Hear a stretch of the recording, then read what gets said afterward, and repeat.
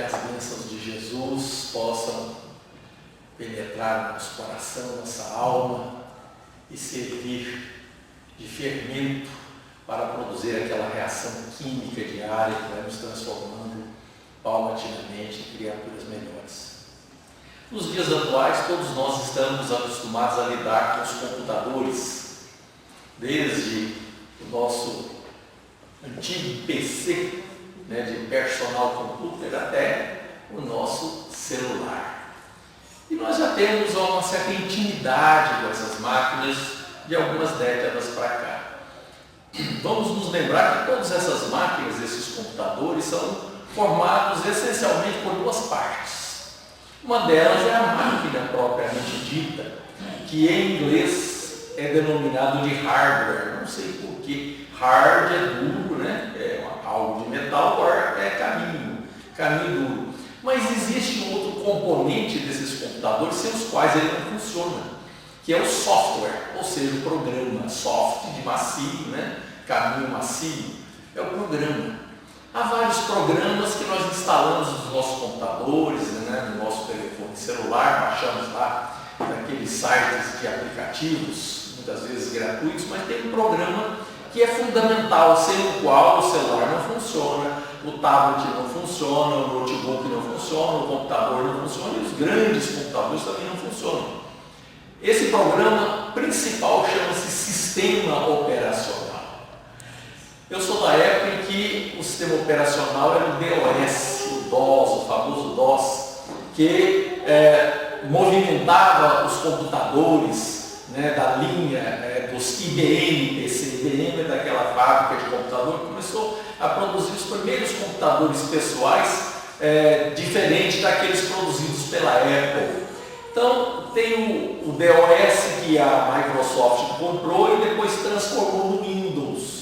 Eu me lembro que meu primeiro computador tinha um sistema operacional que era o Windows, nem me lembro mais, depois passou para o Windows for Workgroups e aí foi mudando. A máquina, ela tem uma série de circuitos gravados numa placa-mãe. E dentre esses circuitos, o principal é um circuito que está numa coisinha bem pequenininha, numa pastilha, num chip, que é o cérebro do computador, o processador. Além do processador, tem as vias de comunicação, tem a memória de trabalho, que nós chamamos de RAM, todo mundo conhece, às vezes não sabemos nem o significado, mas todo mundo fala, esse computador tem tanto de RAM, o celular tem 4 GB de RAM e tem a memória do disco rígido, do HD. Hoje o HD já evoluiu, é uma placa chamada de placa sólida, onde o processo é completamente rápido, a gente liga, já liga. E os sistemas operacionais são vários hoje em dia. Tem o OS da Macintosh, tem o Windows, tem o Android que está instalado na grande parte dos celulares. Pois muito bem, esse sistema operacional, desde que surgiu, vem evoluindo, vem se tornando cada vez mais complexo. Mas para que esse sistema operacional se manifeste, produza o trabalho, ele precisa de um hardware, de uma máquina cada vez mais complexa, de um processador cada vez mais rápido, cada vez mais complexo. Eu me lembro que o meu primeiro computador tinha um processador chamado 386, Depois eu consegui trocar por um 486, usando a mesma máquina, a mesma placa-mãe. Depois foi o Pentium. E aí e hoje são esses computadores, está aí o quadricore, hoje esses computadores, processadores de altíssima velocidade, de 8 cabeças de processamento. Então, e se nós colocarmos um sistema operacional antigo, digamos o Windows, bem antigo, lá o Windows for Workgroup, no computador moderno, ele não funciona, ele não roda. Da mesma forma, se nós pegarmos um computador antigo e colocarmos um sistema operacional moderno, também não roda. Então, essas duas coisas têm que evoluir paulatinamente, conjuntamente, não tem que conversar com o outro. E é muito interessante a gente saber também que desde que o computador começou, existe um lugarzinho da placa-mãe onde estão gravadas algumas instruções que não podem ser modificadas. Sem elas o computador nem liga. Isso não sei se ainda era chamado de memória de apenas leitura. Em inglês a sigla é ROM, Read Only Memory. Quando a memória trabalha, a memória que grava, é a RAM, né? Memória de acesso aleatório. Essa a gente, quando a gente desliga, ela some o que está nela, depois quando a gente liga, o sistema operacional é recarregado. Mas essa instrução básica, ela tem que estar lá, senão o computador não funciona. Se ela for apagada, se ela for corrompida, nós podemos ter uma máquina da mais moderna, com um sistema operacional mais perfeito, mas sem aquela instrução básica ele não vai funcionar. Pois muito bem, nós podemos comparar os seres vivos com os computadores. Na verdade, a comparação tinha que ser o contrário, né? Comparar computador com ser vivo. Mas para facilitar o nosso entendimento, vamos comparar os seres vivos com os computadores. Existem na Terra seres vivos de enorme divergência, de diferença de complexidade, desde uma bactéria a um protozoário, a um fungo, a um vegetal e os animais. São seres vivos de complexidade completamente diferente uns dos outros, desde as mais simples. E esses seres vivos, nós podemos dizer que o seu corpo biológico é o hardware. E o princípio espiritual que está evoluindo naquele corpo biológico é o programa operacional, é o software. Então nós vamos comparar o espírito como software, o programa, o sistema operacional, e a célula, né, o corpo biológico como sendo o hardware. Pois muito bem, nesse corpo biológico, desde a mais remota antiguidade, a vida na Terra deve ter começado há cerca de 3 bilhões e meio a 4 bilhões de anos atrás. No mínimo 3 bilhões e meio. É a data dos fósseis de bactérias mais antigos. É a bactéria mais primitiva que se conhece, é uma que tem um pigmento azul. Antigamente ela era tida como uma alga, hoje nós sabemos que é uma bactéria, uma ciano de azul, cianobactéria. Pois bem, existem fósseis de cianobactérias que datam de mais de 3 bilhões de anos. Então nós sabemos que a vida na Terra foi evoluindo inicialmente nos oceanos primitivos, desde células simples que se tornaram cada vez mais complexas. Se nós pegarmos um protozoário, por exemplo, uma ameba, ela tem uma complexidade muito maior do que uma bactéria e ainda é um ser unicelular. Depois foram aparecendo seres de várias células, surgiram os fungos, surgiram os vegetais de todas as categorias e posteriormente surgiram os primeiros animais que foram evoluindo nas diversas classes, né?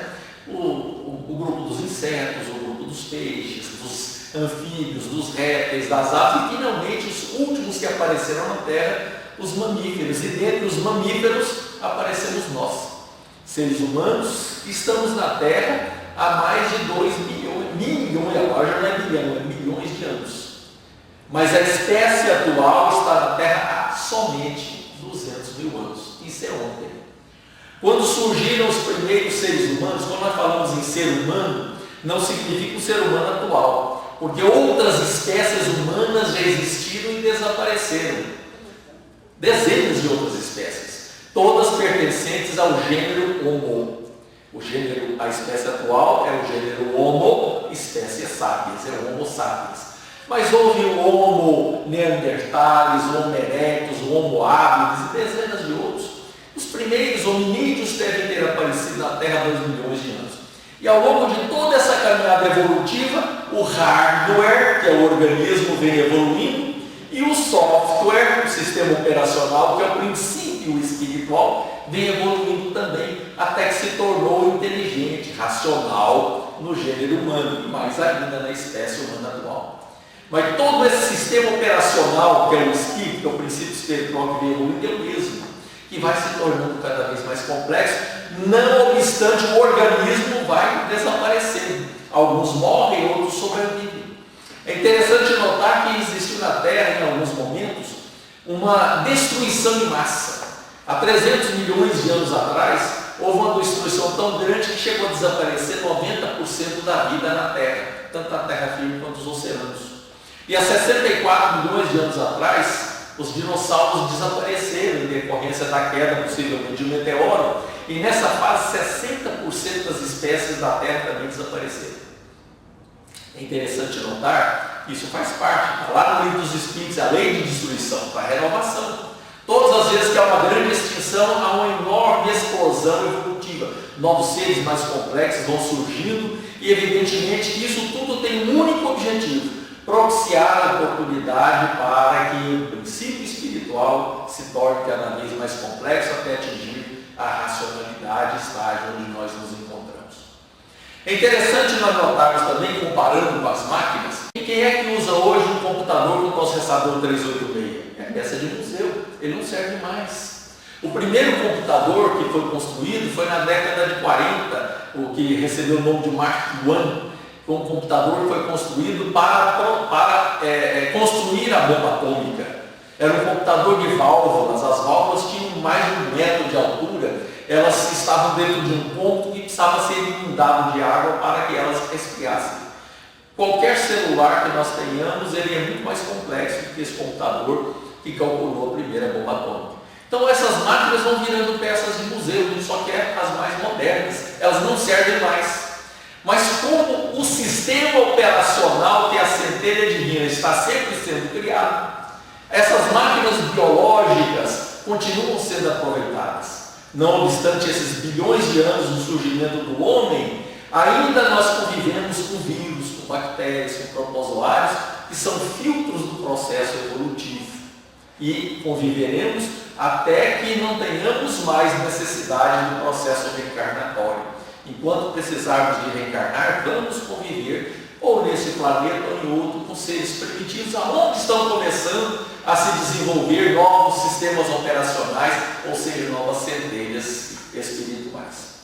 Pois muito bem, também nesses sistemas operacionais vivos, onde a centelha espiritual evolui, tem uma informação ou 2 informações muito importantes gravadas, sem as quais esse sistema não funciona. No computador, no celular, no notebook, tem algumas informações para ligar a máquina, para que ela direcione a informação para uma saída, uma impressora, um alto-falante, um monitor, para que ela introduza informações, são os chamados sistemas de entrada e saída. Em inglês tem o nome de BIOS ou BIOS, Basic Input de entrada e Output Saída System. Sistema básico de entrada e saída. Se isso não tiver gravado, isso não pode ser modificado, a máquina não vai funcionar. Pois bem, nós também temos umas informações fundamentais que estão presentes desde os vírus até o nosso organismo. E evidentemente que esta gravação está presente no DNA. É interessante nós notarmos que todos os seres vivos da Terra têm a informação biológica gravada numa fitinha, na verdade, uma longa fita de uma molécula que é um ácido, chamado ácido nucleico, porque está presente no núcleo das células, que na verdade essa longa molécula é a repetição de 4 tipos de tijolinhos, 4 moléculas que vão se ligando alternativamente para constituir o código genético. A exceção de alguns vírus, onde o código genético está gravado numa molécula parecida, um pouquinho diferente, que é o RNA, inclusive o vírus dessa última epidemia, do coronavírus, a maioria das células tem o código genético marcado no DNA. Pois bem, esse DNA, evidentemente, com uma cópia do software, existem 2 instruções fundamentais, sem as quais a vida na Terra teria desaparecido. E qual é a finalidade da vida? É a evolução. É chegar à perfeição. Essas 2 informações são, primeira e mais importante, sobreviver. O ser biológico que não sobreviver, ele é eliminado. Então, por isso a luta pela sobrevivência, por isso a luta pela competição pelo alimento, a competição pelo abrigo, a fuga do predador, e o predador buscando a presa para se alimentar. Então, toda essa cadeia alimentar, da qual nós fazemos parte, porque nós nos utilizamos de organismos vegetais e animais para ingerirmos energia, tudo isso decorre dessa gravação fundamental: sobreviva. É por isso que nós temos fome, nós temos sede, porque isso são sinais de que nosso corpo precisa de energia, precisa de água para sobreviver. Então, toda a luta pela existência decorre dessa informação fundamental sobre a vida. E a segunda, igualmente importante: deixe descendentes. Transmita às gerações futuras o seu código genético, o seu DNA. Na verdade, nós não estamos transmitindo a informação do nosso software, que é o próprio software que morreu uma máquina e passa para outra. Ele não vai gerar uma cópia diferente. Enquanto que uma célula, ao se dividir, gera duas cópias idênticas, com dois DNAs idênticos, o espírito, os princípios espirituais, é o mesmo que vai migrar aos demais seres vivos, se tornando cada vez mais complexo. Daí, então, todos os seres vivos têm esse instinto de se reproduzir. E o sucesso de uma espécie, a sobrevivência de uma espécie, decorre fundamentalmente da sua capacidade de sobreviver e deixar descendentes. Nós estamos na Terra como seres humanos, como softwares em desenvolvimento e evolução. Nós já estamos aqui há mais de 3 bilhões de anos. Pelo que nós entendemos da leitura, das informações do mundo espiritual, do especial, do livro Evolução dos Mundos, de André Luiz, a maioria de nós está evoluindo na Terra desde as bactérias, desde 3 bilhões de anos. Chegamos recentemente a 2 bilhões e pouquinho na racionalidade.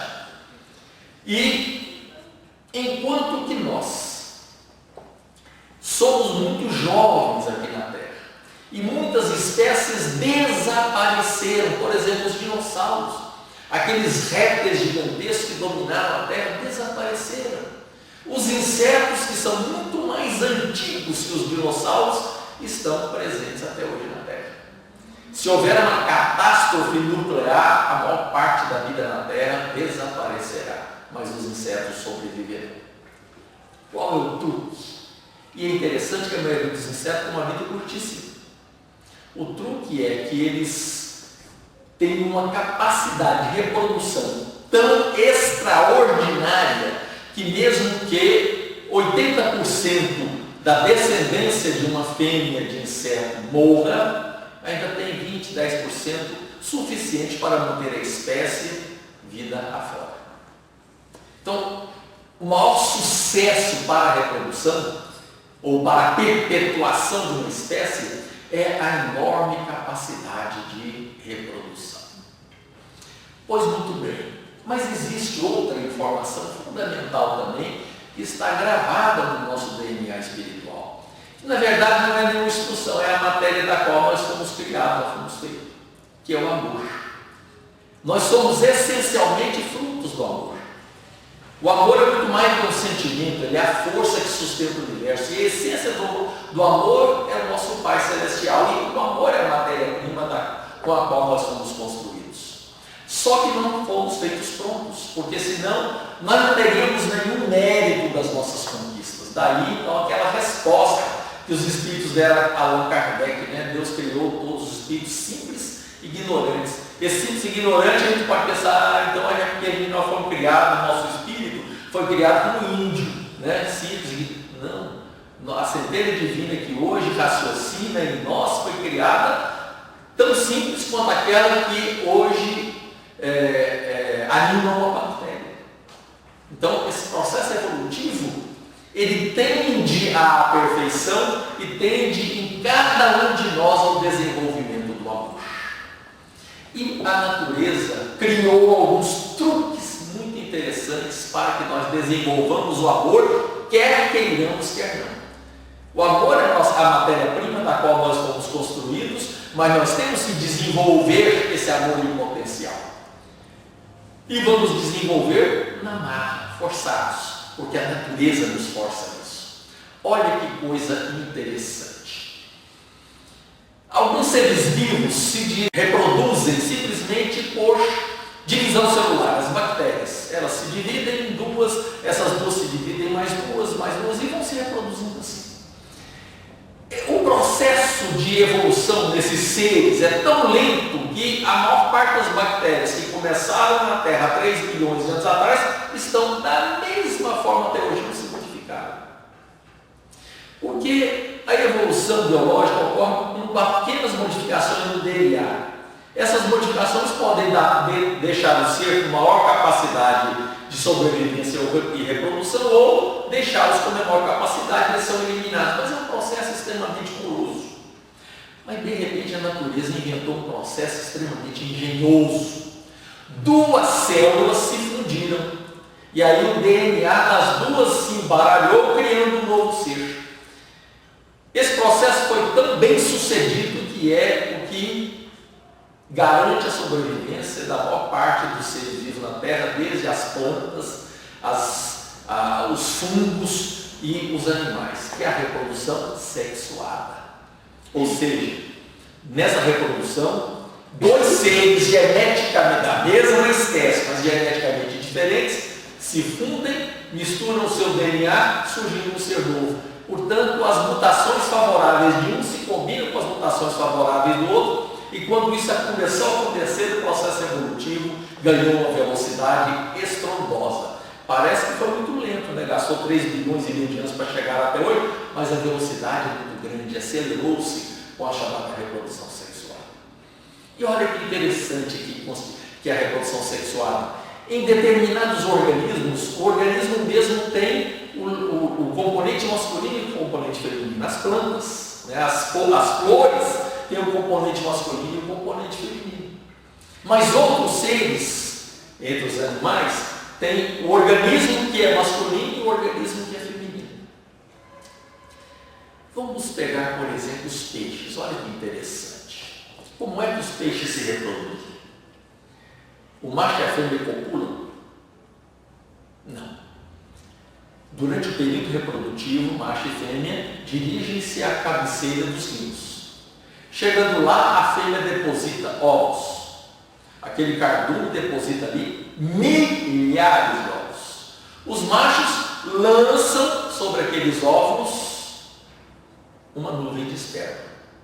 Acabou a responsabilidade daqueles peixes adultos. Eles voltam para o seu habitat e só retornarão à cabeceira dos rios na próxima criação. O espermatozoide fecunda o óvulo, desenvolve e surgem os alevinos. O que acontece com a maioria, talvez aí 90%? Morrem. Os predadores os comem. Mas são tão numerosos que a espécie está garantida de sobrevivência. Eles se tornam adultos, vão descer para a região onde os adultos habitam, se tornam, amadurecem e vão se reproduzir também. Portanto, a fêmea e o macho dos peixes não têm nenhuma responsabilidade além de depositar os ovos e fecundar esses ovos. Depois dos peixes, surgem os anfíbios e vamos dar um salto e chegar nos répteis. Os anfíbios e os répteis, como é que eles se reproduzem? Não há mais aquela viagem para a cabeceira dos rios. Os anfíbios ainda vivem na água e fora d'água, os répteis só fora d'água. Eles têm vida aquática também, mas precisam prender a respiração, né? O jacaré, a tartaruga, a serpente. Então, para a reprodução dos répteis, existe a cópula. O macho copula com a fêmea. E a fêmea põe ovos. Geralmente a fêmea do jacaré, do crocodilo, da tartaruga, enterra os ovos na areia. E o máximo que eles fazem é vigiar o ninho para que os predadores não destruam os ovos. Nascidos os filhotinhos, eles instintivamente vão para a água. Algumas espécies ainda protegem os filhotes, algumas espécies de jacaré crocodilo, guardando na boca para evitar os predadores, mas eles já se viram, eles não precisam dos pais para sobreviver. E ainda que os predadores destruam a maior parte dos ovos, são tantos que a espécie sobrevive. Vamos dar um salto e chegar nas aves. Como é que é a fecundação das aves? Existe a cópula. O macho e a fêmea copulam. E a ave põe ovos. Agora não dezenas de ovos, centenas de ovos, como um grupo de tartarugas e de jacarés. Há pássaros que põem 1, 2 ovos no ninho, 3 no máximo. A galinha põe quantos ovos até ficar choque? Talvez no máximo uma dúzia. E para que esse ovo agora se transforme num ser vivo, a fêmea tem que deitar em cima dos ovos e aquecê-los com seu corpo. Em algumas espécies até o macho também ajuda nesse processo. Eclodido os ovos, saiu ali o filhote, a fêmea da ave faz igual a fêmea da tartaruga ou do jacaré, ela os abandona e eles se viram. Se fizerem isso, eles morrem. Os passarinhos ficam ali no ninho com a boquinha aberta e a mãe come, deglute a comida, digere a comida e regurgita na boca do filhote. A galinha fica ciscando para ensinar o filhote a obter o seu alimento. É interessante que toda a época do Dia das Mães circula na internet aí, hoje nos WhatsApp, um filminho muito interessante que alguns já devem ter seguido. E o título é o seguinte: por que é que o Dia das Mães é comemorado mais que o Dia dos Pais? É uma vasilha de alimento, né? De milho, alguma coisa assim, um galo e uma galinha comendo. E um monte de pintinho em volta. O que o galo faz? Ele come o tempo todo. Não está nem aí com os pintainhos. O que a galinha faz? Ela pega o grãozinho e põe no chão. O pintinho pega o outro e põe no chão. Ela não se alimenta, ela está alimentando os filhotes. Então veja o instinto de proteção que já está surgindo. A partir desse truque, nós temos que obedecer a essa lei, deixar descendentes sobreviver, fazer com que a espécie sobreviva. Mas agora, no grupo das aves, o número de filhotes não é tão grande assim para que, se deixarmos a sua própria conta, a espécie sobreviva. Se deixar a sua própria conta, a espécie desaparece. Então veja que já começou a criar vínculo entre a ave e o filhote. Vamos dar um salto e chegar nos mamíferos, que têm uma capacidade reprodutiva muito menor. Primeiro, tem que ter a cópula. Segundo, a fêmea do mamífero não põe ovos. O filhote se desenvolve no interior do corpo da mãe. Dependendo da espécie, algumas semanas, meses e muitos meses. Dependendo da espécie de mamífero, pode nascer ali uma dúzia de filhotes, 10 filhotes, 8 filhotes, dependendo da espécie, 1, 2. E o filhote nasceu, ele consegue sobreviver sozinho? O bezerrinho consegue pastar? O cãozinho consegue comer carne? Não, o mamífero, daí o nome, precisa alimentar a sua cria através de uma secreção do corpo da mãe, uma secreção que nós chamamos de leite, durante algumas semanas ou meses, até que ele consiga digerir outros alimentos e ainda precisa aprender os truques de caçar para poder sobreviver e se alimentar de outras coisas. E finalmente chegamos na espécie humana. Quantos filhotes uma fêmea de homem pode ter num ano? Uns 10, para garantir a sobrevivência da nossa espécie. Se for sucesso total, 3. 4 agora com a fertilização. Do ponto de vista da evolução, ter 4 filhos é um sucesso fundamental, absoluto. Mas não é a maioria tem um filhote só. Leva 9 meses para esse filhote se desenvolver. Depois de 9 meses, esse filhote tem que ser amamentado por no mínimo 6 meses, até que ele comece a digerir outros alimentos. À medida que ele vai digerindo outros alimentos, a mãe pode deixá-lo à vontade, ele se vira, com 1 ano de idade, ele sobrevive sozinho, 2 anos, é impossível. E à medida que o tempo passa, a vida torna-se tão complexa que o filhote do homem tem que ficar sob a guarda do pai e da mãe, muitas vezes até ficar barbado. Porque hoje é tão complexo que, se nós não dermos instrução de nível superior, não vamos competir no mercado de trabalho. No mínimo, uma profissão de nível médio ele tem que ter, porque senão não consegue competir. Então, dentre todas as espécies existentes na Terra, nós somos a espécie que tem a menor condição de sobrevivência. E só sobrevivemos porque, na espécie humana, esse vínculo se tornou um vínculo tão poderoso que nós já estamos à beira do amor. Enquanto que esse vínculo nas espécies não racionais podemos chamar de um vínculo apenas instintivo, Mas olha que instinto interessante, quando se tira os filhotes de uma cadela, ela entra em depressão. E se ela encontra o filhote algumas semanas, meses depois, ela o reconhece. Precisa de muito tempo para que ela se desvincule. A mãe não se desvincula dos seus filhos na espécie humana nunca. Então, na espécie humana, esse vínculo entre o genitor e a cria já se tornou algo muito próximo do amor. E é interessante notar também que é impossível na espécie humana que a fêmea sozinha consiga manter a integridade dos seus filhos. É claro que tem muitas mulheres que criam seus filhos sem o pai. Também tem pais que criam filhos sem a mãe. Mas existe um suporte social na vida moderna que garante isso. Sem isso seria impossível. Portanto, a nossa sobrevivência dependeu de uma organização que nós construímos chamada família. E só a organização familiar não foi suficiente. Tivemos que, além da organização familiar, montarmos uma organização tribal. E à medida que a vida se tornou mais complexa, surgiram as civilizações. Hoje, nós que estamos há muitas reencarnações dentro de civilização, se nós de repente reencarnássemos no meio do mato, não sei se nós teríamos ainda treinamento para sobreviver. Então vejam esse truque. Nós temos que obedecer a esse comando gravado no nosso DNA espiritual. Deixe descendentes. A espécie tem que sobreviver. Mas a nossa capacidade reprodutiva foi diminuindo ao longo dos milênios, de sorte que tivemos que criar vínculos para garantir essa sobrevivência. E hoje esses vínculos na espécie humana estão já na categoria muito pertinho do amor, de algo que nós podemos chamar de amor.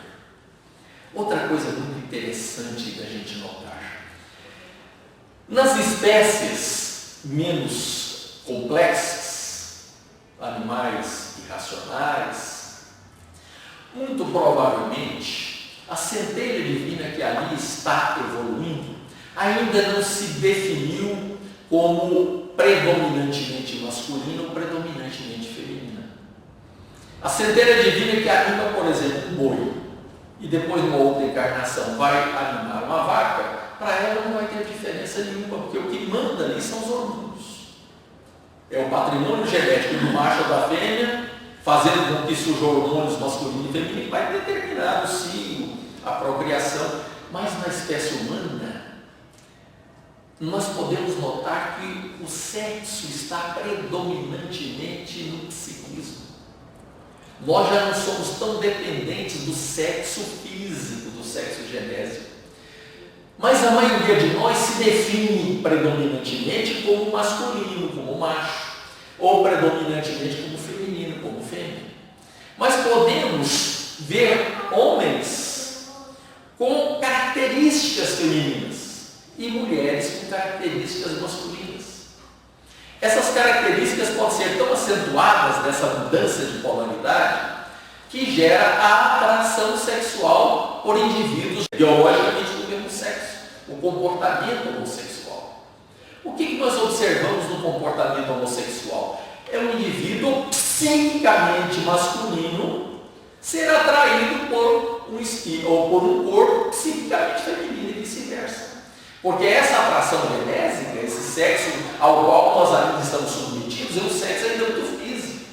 Então é muito difícil o espírito que durante muitas reencarnações esteve na polaridade masculina, de repente vai para a polaridade feminina e tem um comportamento feminino. Ele vai ter um psiquismo masculino, inclusive na atração sexual. Para alguns é tão torturante que ele precisa se travestir. As mulheres com esse psiquismo se vestem como homens, homens com esse psiquismo se vestem como mulheres, e às vezes é tão torturante que chegam a fazer cirurgia de mudança de sexo. Portanto, nós notamos que já na espécie humana, o sexo já não é dominado pelos hormônios, pelas glândulas sexuais, mas pelo que está gravado no psiquismo. Mas nós sabemos, está lá no livro dos Espíritos, que o espírito não tem sexo.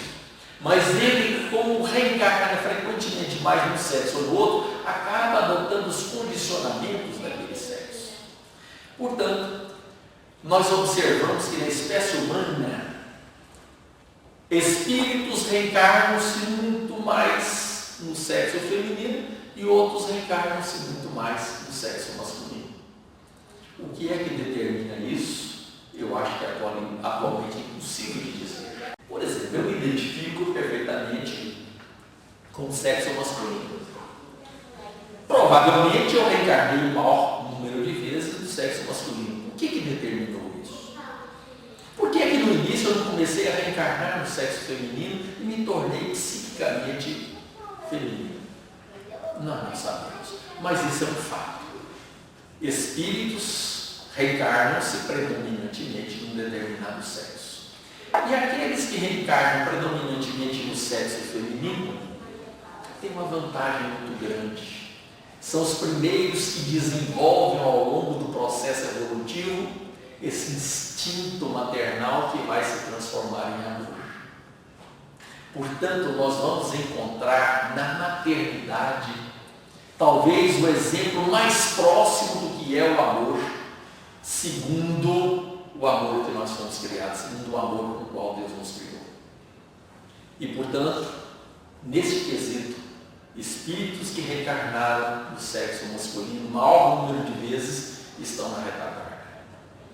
Se nós formos ler os livros, os romances espíritas, mediúnicos, nós vamos ver que os espíritos femininos, e aí nós temos muitos exemplos, né? Lídia, Célia, Alcíone, todos estão quilômetros na frente dos seus companheiros, né? Das suas almas gêmeas, né? Como insiste Emmanuel, do sexo masculino. Portanto, nós podemos perceber que o processo evolutivo na linhagem feminina levou muito mais rapidamente aquele espírito que vem exercendo um papel de mãe muito mais rapidamente do átomo onde começamos o nosso processo evolutivo aonde nós chegaremos.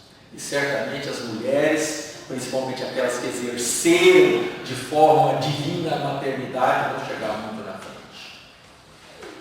Certa vez o Chico, numa entrevista, falou uma coisa muito interessante. Foi perguntado, né, o que ele achava dessas crianças excepcionais. Né? Evidentemente que são espíritos resgatando, né, pesados débitos. E aí ele falou uma coisa muito interessante. Deus dá a essas crianças, confia a esses espíritos a mães que conseguem amar até o infinito. Então, essas mães, né, ou a maior parte desses espíritos que evoluíram como na linha da feminina e como mães, estão quilômetros na frente na história da humanidade. E são estas mães que vão realmente acelerar o nosso processo evolutivo. Outra coisa que é farta na literatura espírita é de exemplos de mães que vêm resgatar os seus filhos presos, às vezes, durante séculos nas zonas umbralinas, ainda acorrentados pelo ódio, acorrentados pela mágoa, vêm resgatar, nunca esquecem deles. Outra coisa muito interessante, e é uma informação de Leon Denis, há uma tendência de nós reencarnarmos sempre na mesma linhagem, ou na mesma hierarquia. Dificilmente alguém que hoje é filho se tornará pai do seu pai. Então, há uma tendência que os indivíduos reencarnem pai e filho, mãe e filha, a não ser em situações muito excepcionais. Então, com isso, nós desenvolvemos as nossas famílias espirituais e há espíritos maternos que são mães de determinados espíritos pela eternidade. Os ambos são responsáveis por eles. Uma historinha muito interessante do livro Libertação, de André Luiz. Resumindo, uma equipe espiritual liderada por um mentor chamado Gubbio, da qual André Luiz fazia parte, a pedido de uma mentora de um plano mais elevado, deveria resgatar duas entidades, uma reencarnada e um espírito que há séculos permanecia nas trevas, de nome Gregório. Gregório era um verdadeiro sacerdote das trevas, era um líder das zonas infernais e tinha a seu serviço um exército de espíritos a ele imantados pelas cadeias do ódio. Gregório e essa criatura reencarnada, que o nome me fugiu agora, eles tinham um vínculo magnético, um vínculo afetivo conturbado de reencarnações muito anteriores. E ela não conseguia se livrar do magnetismo dele e ele não se livrava do magnetismo dela, e nessas alturas já era um magnetismo de ódio, embora aquele vínculo de necessidade, um precisava do outro, havia também, evidentemente, por decisões errôneas do passado, um vínculo de ódio. Qual é o objetivo do Gregório? Levar aquela criatura reencarnada à loucura e depois conduzi-la ao suicídio. E ele determinou então que um grupo de seus ascéfalas a assediasse, a obsidiasse, até que ela fosse internada no manicômio e posteriormente retornasse ao mundo espiritual pelas vias do suicídio. Pois muito bem, Matilde é o nome dessa entidade, mãe espiritual dessas duas criaturas, há muitos milênios, se interveio a favor deles e, já vislumbrando que eles já estavam maduros o suficiente para serem resgatados, pede a Gúbio que interfira, que organize uma equipe que possa interferir. Então há uma série de ocorrências que faz com que Gregório transitoriamente se desvincule dessa criatura reencarnada. E Gúbio, infiltrando-se no grupo de obsessores e vendo que esses obsessores já estavam cansados da liderança do Gregório, vai aos poucos retirando-os daquela imantação à mente de Gregório, vai doutrinando até resgatar totalmente esses obsessores e livrar aquela moça do processo obsessivo. Quando Gregório percebeu que isso tinha acontecido, veio com todo o seu exército em cima do grupo liderado por Gúbio, do qual já faziam parte alguns dos antigos ascetas de Gregório. Esse Gregório foi encontrar esse grupo sentado em círculos, numa relva, em oração, e Gúbio completamente ligado aos planos espirituais superiores. Ele funcionaria ali como um médium. E ele, em prece, em oração, e ele pediu a André Luiz que comandasse, que liderasse aquele grupo, enquanto ele permaneceria concentrado. Então, Gregório vai em cima dele para trucidá-lo e chama-o para um duelo, armado de espada. Aí, de repente, Gúbio começa a liberar uma energia semelhante ao ectoplasma e Matilde plasma uma garganta e começa a falar. Quando Gregório escuta a mãe, a voz da mãe, daquela mãe espiritual que ele não via, talvez há milênios, ele fica paralisado. Em seguida, Matilde se materializa na frente de Gregório, aí ele não aguenta, ele captura. E aquela mãe que estava aguardando há muitos séculos a oportunidade de resgatar aqueles dois filhos espirituais, olha a paciência dessa mentora, séculos aguardando aquela oportunidade, conseguem resgatar Gregório e levá-lo, já tinha todo um plano de uma nova reencarnação daquele espírito, através daquela menina que ficara reencarnada na Terra. E Jesus, no seu último ato, na crucificação, sabendo que ele deixaria sua mãe sem amparo, vira para João e fala: filho, eis aí a tua mãe. E fala para Maria: mãe, eis aí teu filho. Naquele momento, Jesus não estava doando aquela mãe, entregando aquela mãe apenas para João. Na verdade, todos nós somos João. Ele nos entregava naquele ato extremo aquela Mãe Santíssima para toda a humanidade. E nós temos absoluta certeza que através das vibrações desse coração materno, sublime que é Maria, todos os corações maternos do mundo espiritual e reencarnados serão nutridos para que esse esforço de transformação da Terra no planeta de regeneração ocorra sem maiores danos e da forma mais rápida que for possível. E Jesus nos abençoe.